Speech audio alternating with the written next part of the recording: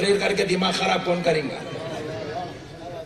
ہمارا تو عنوان حسین ہے، ہمارا تو عنوان اہل بیت ہے، مگر دوستو اللہ کے واسطے یہ مولویوں کے چکر میں، یہ ان کے پیچھے ان کے پیچھے جا کر یزید کو دولہا بنانے کی چکر مت چلاؤ، یا آخرت برباد ہو جائے گی، اللہ اور اس کا رسول ناراض ہو جائے گا۔ آؤ دوستو چلتے ہیں حسین کے پاس۔ ہمارا حسین آج بھی زندہ ہے، سبحان اللہ۔ یزید زندہ ہے نہیں؟ یزید کا خاندان کہاں ہے بولو؟ 500 روپے نام۔ یزید کا خاندان اتنی ہے، یزید کی کڑی چلی نہیں نیچے۔ یزید کا مشن تھا حکومت، کہاں ہے یزید کی حکومت بتاؤ؟ یزید کی نسل کہاں ہے؟ یزید کی اولاد کہاں ہے بتاؤ؟ نہیں ہے۔ مگر آؤ پلٹ کر میرا حسین کا خاندان کہاں ہے دیکھو۔ گلی گلی میں کوچے کوچے میں جو سید زادے نظر آتے ہیں، خدا کی قسم یہ کسی اور کا خاندان نہیں، یہ مولا امام حسین کا خاندان نظر آ رہا ہے۔ یزید کا مشن تھا نبی کے دین کو بدل دوں گا، یزید کا مشن ناکام ہوا۔ حسین کا مشن تھا ہر مسجد سے اذان بلند ہونی چاہیے، ہر مسجد میں نماز ہونی چاہیے، ممبروں پر خطبے ہونے چاہیے، محراب میں تلاوت ہونی چاہیے، عورتوں کو پردہ ہونا چاہیے، نوجوان مسلمان ہونا چاہیے، اسلام زندہ ہونا چاہیے۔ خدا کی قسم 1400 سال ہو گئے، یزید کا مشن تو 1 سال بھی نہیں چلا، ایک دہا بھی نہیں چلا، مگر میرے حسین کا مشن 1400 سال سے چل رہا ہے۔ اذان بھی زندہ ہے، نماز بھی زندہ ہے، خطبہ بھی زندہ ہے، تلاوت بھی زندہ ہے، پردہ بھی زندہ ہے، مسلمانیت بھی زندہ ہے، ایمان بھی زندہ ہے، اور خدا کی قسم ہم سب کے دلوں میں آج حسین بھی زندہ ہے۔ نعرے تکبیر، نعرے رسالت، عظمت امام حسین، پیغام حضرت امام حسین، علماء اہل سنت۔ حسین کا خاندان کہاں ہے؟ یزید کا خاندان کہیں نہیں ملے گا، حسین کا خاندان کہاں ہے؟ آؤ بغداد چلتے ہیں، غوث اعظم کو دیکھو، حسین کا خاندان ہے۔ اجمیر کو چلو، غریب نواز حسین کا خاندان ہے۔ دہلی کو آؤ، محبوب الہی حسین کا خاندان ہے۔ ارے اورنگ آباد آؤ، سرکار زنجانی صاحب قبلہ کو دیکھو، سرکار زین الدین صاحب قبلہ کو دیکھو، 21ویں خواجہ کو دیکھو، 22ویں خواجہ کو دیکھو، یہ حسین کا خاندان۔ سبحان اللہ، سبحان اللہ۔ حسین کا خاندان زندہ ہے، سبحان حسین کی اولاد زندہ ہے، حسین کا مشن زندہ ہے، اور ان کے صدقے میں حسین کے غلام بھی زندہ ہے۔ میں ایک صاحب کو بولا اگر یزید سے اتنی محبت ہے تو فاتحہ دلا لے، بولا کم سے کم اس کے بارے تو فاتحہ دلایا تھا، نہیں دلا دو، شرک ہے بولا فاتحہ، تیرے پاس بھائی جیسے لوگ تو فاتحہ دلایا تو ڈبل شرک ہوتا بولا۔ خدا کی قسم آج حسین کی فاتحہ بھی زندہ ہے۔ ارے رب نے بھی کیا قانون بنایا، نظام مصطفیٰ پر ہماری جان قربان۔ آپ دینی مدرسوں میں جائیں گے، پڑھیں گے، علماء کی صحبتوں میں بیٹھیں گے تو آپ کو پتا چلے گا۔ حدیث پاک ہے، رسول اعظم صلی اللہ علیہ وسلم ارشاد فرماتے ہیں جب کوئی بندہ دعا کرتا ہے، دعا کے اول و آخر اگر درود نہیں پڑھتا، دعا کے اول و آخر اگر درود نہیں پڑھتا تو وہ دعا زمین اور آسمان کے بیچ میں معلق ہو جاتی ہے، لٹکتی رہتی ہے، جاتی کچھ نہیں اوپر، کیونکہ اس کو اوپر جانے کے واسطے وسیلہ ہونا، واہ واہ واہ، نہیں کیا ہونا؟ دیکھو سڑی ہوئی تو آدمی وہاں اوپر تک جا سکتا ہے، اگر اس کو بیچارے کو ڈھکل کے اوپر بھی چھوڑ دیا، اب سڑی نہیں ہے تو لٹک جاتا، دعا بھی ایسی لٹک جاتی۔ بغیر وسیلے کے دعا قبول، دعا کے بغیر، درود کے بغیر دعا قبول نہیں ہوتی، معلق رہتی ہے۔ پھر ہم نے پوچھا اے اللہ درود پڑھے، تو کہاں بندے درود پڑھ لے، درود کے وسیلے سے دعا قبول ہو جائے گی۔ اب ہم درود پڑھ رہے ہیں، اللہم صلی علی سیدنا سیدنا کون؟ ہمارے حضور. شفیعنا ہمارے حضور.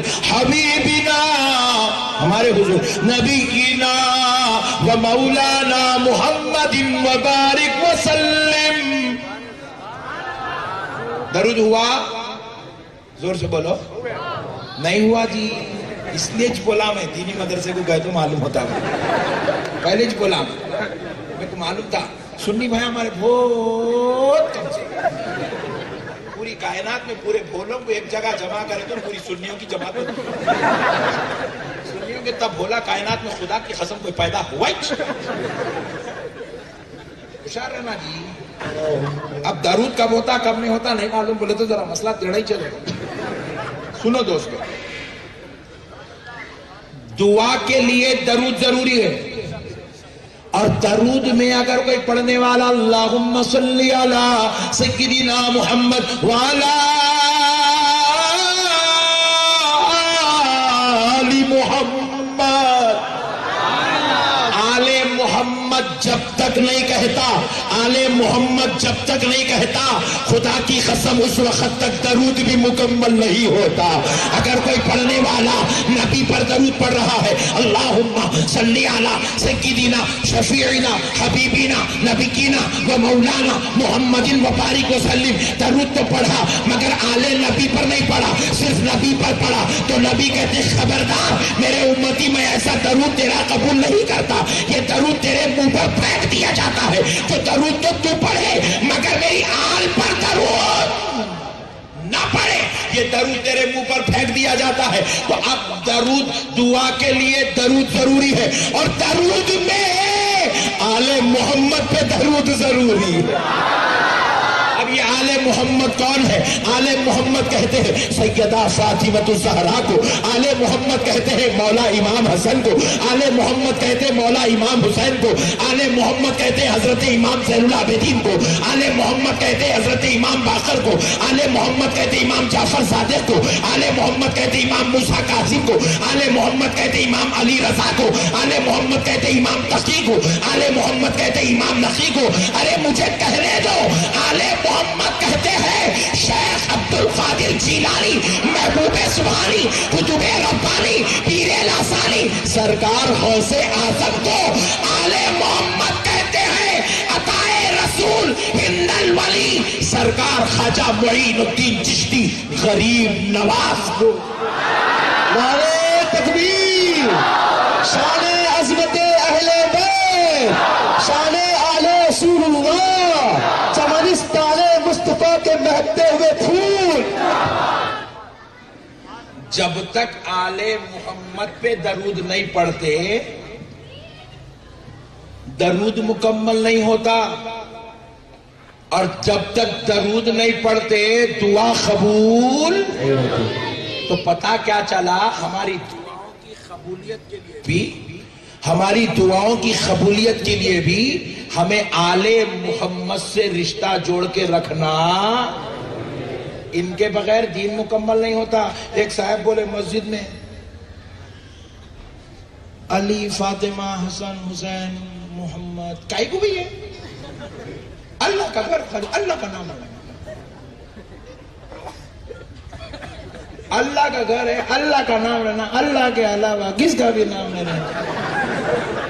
تو میں بولا اللہ کی عبادت کر رہا تو نماز میں بھی اللہ اللہ ہی کرنا.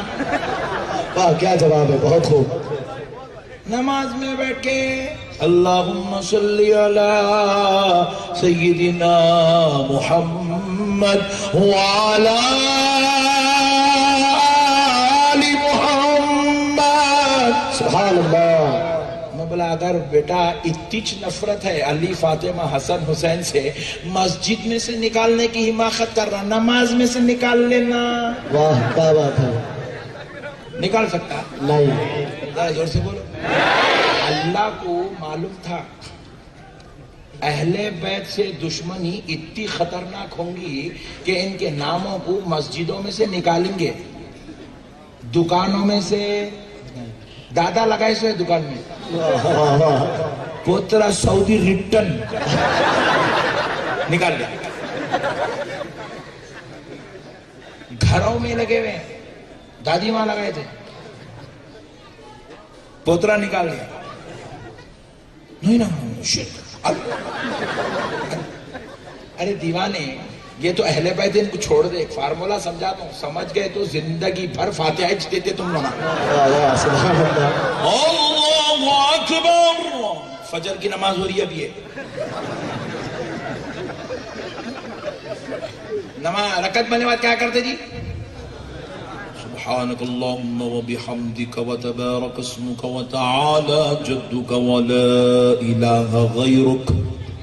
اس کے بعد کیا پڑھتے جی؟ بدنام کر دے رہے نماز کو. اعوذ باللہ من الشیطان اعوذ باللہ من الشیطان الرجیم بسم اللہ الرحمن الرحیم. یہ پڑھے بات پڑھتے جی الحمدللہ رب العالمین. درست کر لو جی نماز تم لوگا بہت دور ہے تم لوگا. تو اب نماز میں ثنا پڑھے بعد تعوذ پڑھ رہے ہیں. اعوذ باللہ من الشیطان. یہ شیطان کون جی؟ پھوپا چچا نانا با دادا حضرت کون ہے نے؟ نماز میں اللہ کے علاوہ غیر اللہ نہیں. اللہ کہہ رہا ہے بندے مسجدوں میں سے اہل بیت کے نامہ نکال رہا, نماز میں کھڑے ہو کے اعوذ باللہ من الشیطان. واہ واہ حضرت بہت خوب. کیا بات سمجھ رہے ہیں؟ باہر نکل کے الفاتحہ فاتحہ. قرآن پڑھے تو شرک ہوتا کہتے بھائی. نیا ایک فارمولا ہے یہ ایک دم لیٹسٹ ہے 14th سینچری کا. جیسے آکسفورڈ انگلش چینج ہو گئی ویسے یہ بھی فارمولا چینج ہو کے آیا. سے قرآن پڑھے تو شرک ہو رہا. واہ ہم لوگ قرآن میں الحمدللہ رب العالمین الرحمن الرحیم مالک یوم الدین. فاتحہ میں یہ پڑھے تو شرک ہونا ہی نہیں. نماز میں کھڑ کے اعوذ باللہ من الشیطان الرجیم. شیطان کے بارے میں پڑھا بیچارہ. آپ ایمانداری سے بولو نماز اللہ کی عبادت ہے نہیں. پھر یہ اللہ تبارک و تعالی نماز میں شیطان ملعون سے اس کی مردودیت کا اعلان کرارا نہیں کروا رہا. شیطان ملعون کی مردودیت کا اعلان نماز میں ہو رہا ہے تاکہ بندوں کو پتا چل جائے کہ یہ مردود پر پہلے تم لعنت بھیجو, اللہ کی پناہ مانگو اور اب آ کر آگے کی تلاوت مکمل کرو. ارے جب نماز میں شیطان کا ذکر ہو سکتا ہے, نماز میں آپ دیگر قرآن کی آیتیں پڑھیں تو فرعون کا ذکر بھی نماز میں ہوتا ہے. تلاوت کے دوران فرعون کا ذکر بھی ہوتا ہے. سم سورہ میں قرآن کی جب تلاوت ہوتی ہے فرعون کا ذکر ہوتا ہے, فرعون کا ذکر ہوتا ہے, نمرود کا ذکر ہوتا ہے, ابلیس کا ذکر ہوتا ہے, دیگر غداران خدا کا ذکر ہوتا ہے. جب غداران خدا کے ذکر کے ساتھ نماز مکمل ہو سکتی ہے تو پھر خدا کی قسم جن کے صدقے سے اسلام ملا ہے, جن کے صدقے سے دین ملا ہے, جن کے صدقے سے ایمان ملا ہے, حسین کے اس ایک سجدے نے, حسین کی اس 72 قربانیوں نے 1400 سال سے اسلام کو زندگی عطا کر دی ہے. جب ویسے حسین کا اگر مسجد میں نام لکھ دیا جائے تو کیا خدا کی قسم ایمان مکمل نہیں ہو سکتا؟ کیا یہ دین کے ساتھ بے وفائی ہے؟ کیا یہ دین کے ساتھ غداری ہے؟ پتا چلا نہیں مسلمانوں, حقیقت ایمان تو یہ ہے جب خدا خدا ہوگا ان کے ذکر کے بغیر نہ درود مکمل کرتا ہے, نہ درود کے بغیر دعا مکمل کرتا ہے, ان کے ذکر کے بغیر نہ نماز مکمل ہوتی ہے. تو پھر سنیوں نے عہد کر لیا اب چاہے کچھ بھی ہو جائے اہل بیت کے بغیر ہمارا ایمان بھی مکمل نہیں ہو سکتا.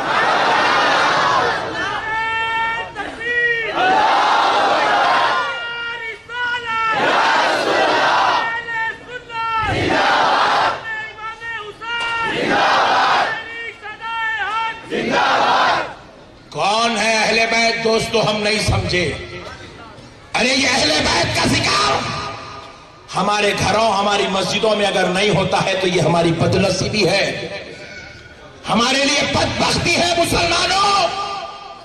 ارے اہل بیت وہ ہے جن کی عظمت میں خدا خدا ہوگا. اپنے مقدس کلام قرآن مجید میں آیات کا نزول فرما رہا ہے. اہل بیت کی عظمت پہ خدا آیتیں بھیجے، خدا آیتیں بھیجے. خدا تلاوت کے لیے بندوں کو قرآن دے، اور وہ قرآن میں اہل بیت کا چرچا، اہل بیت کا ذکر، اہل بیت کی عظمت، اہل بیت کی فضیلت ہو. کون ہے اہل بیت؟ لوگوں حدیث کی دنیا اٹھا کر دیکھو. نبی معظم صلی اللہ علیہ وسلم نے 1.5 لاکھ صحابہ میں اکثر صحابہ کرام کی فضیلتیں بیان کی، صحابہ کے شان بیان کی، ان کے رتبے بیان کیے، ان کی عظمتیں بیان کی، ان کی شان رفعت بیان کی. صحابہ کرام کی عظمتوں پر جتنی حدیثیں بخاری، مسلم، ترمذی، ابن ماجہ، ابو داؤد، نسائی میں ملتی ہے، وہ ساری حدیثوں کو جمع کر لو تو وہ 10% ہوگی. اور صرف علی و فاطمہ، حسن و حسین پر مصطفیٰ نے جتنی حدیثیں بیان کی ہے اس کو جمع کر لو، وہ 90% ہو جائے گی. اتنی بڑی عظمت و شان کے مالک کا نام امام حسین، امام حسن، سیدہ فاطمہ، مولا علی ہے. ہم نہیں سمجھے، چھوٹی چھوٹی چیزوں میں پڑ گئے. یہ شربت بنانا کہاں ہے، وہ فاتحہ دلانا کہاں ہے، وہ چونگے بنانا کہاں ہے، وہ بھوتی بنانا کہاں ہے. گیا اس کے اندر چونگوں میں اٹک گیا ہی نہیں، نکل رہی چلی باہر. کچھ بھی بولے کہ وہ شربت کو پکڑ لے کے بیٹھ جاتا، ختم چورس. شربت قرآن میں ہے، شربت قرآن میں ہے. ابے حول ہے تو شربت میں کہیں کو اٹکا. کربلا کو دیکھ، کیا ہے کربلا؟ تاریخ کے پنے سے صرف ایک بات سناتا ہوں. کیا ہے کربلا؟ سنو دوستو. کون ہے امام حسین؟ سنو دوستو. اے بابو ڈسٹرب کر رہے یار. سنو دوستو، کون ہے کربلا، کون ہے امام حسین اور کیا ہے کربلا. سرکار امام حسین جب کربلا آئے، اگر تاریخ میں چلے جاؤں گا تو آپ بور ہو جائیں گے، بولیں گے ارے حضرت تم اچھا بولتے تھے نا، ایسا کہ بول رہے ہیں آج کل بولیں گے. امام حسین کو دھوکہ دے کر کربلا بلایا گیا. جب آئے تو ظالم کوفیوں، عراقیوں نے اپنے اپنے دروازے بند کر لیے، کھڑکیاں بند کر لیے. امام حسین کو پانی تک نہیں دیے تھے، ایک کھجور تک نہیں کھلا امام حسین کو. امام حسین کے گھر میں جو بچے تھے 2.5 دن تک پیاسے رہے بچے ہو. اتنی ظلم کی انتہا کرے. ان کو پلٹ کے پوچھے، ظالموں تم نے اتنے ہزاروں خطوط لکھ کر میرے بابا کو بلایا اور جب آئے تو تم یہ دروازے بند کر آخر کیوں کر رہے ہو؟ تو کہا یزید ہم سے یہ اعلان کر چکا ہے کہ جو کوئی حسین کو پانی پلائے گا، کھانا کھلائے گا، گھر میں جگہ دے گا، اس کو، اس کے پورے خاندان کو قتل کر دیں گے، اس کی عورتوں کی عزت نکال لیں گے اور ان کے بچوں کو بے گور و کفن موت کے گھاٹ اتار دیں گے. اس لیے ہم یزید سے ڈرے ہوئے، ہم آپ کے ساتھ اب کچھ نہیں کر سکتے. حضرت امام حسین علیہ السلام،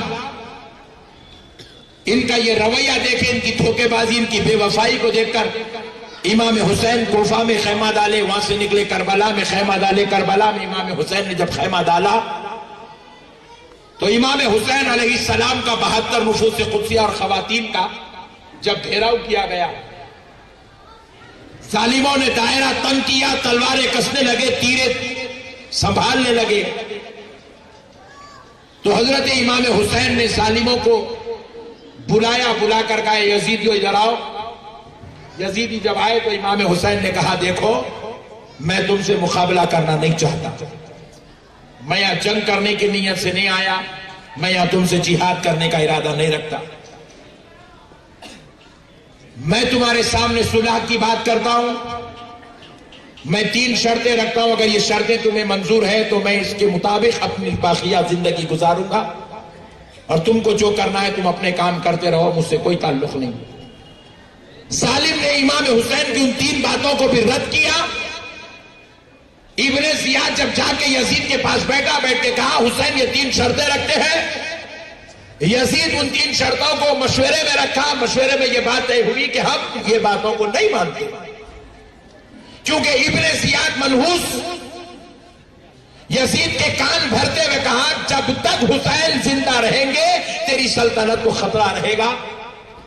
حسین کا قتل ہوگا تو ہی تو سکون کے ساتھ کرسی پہ بیٹھ سکتا. لہذا یزید ابن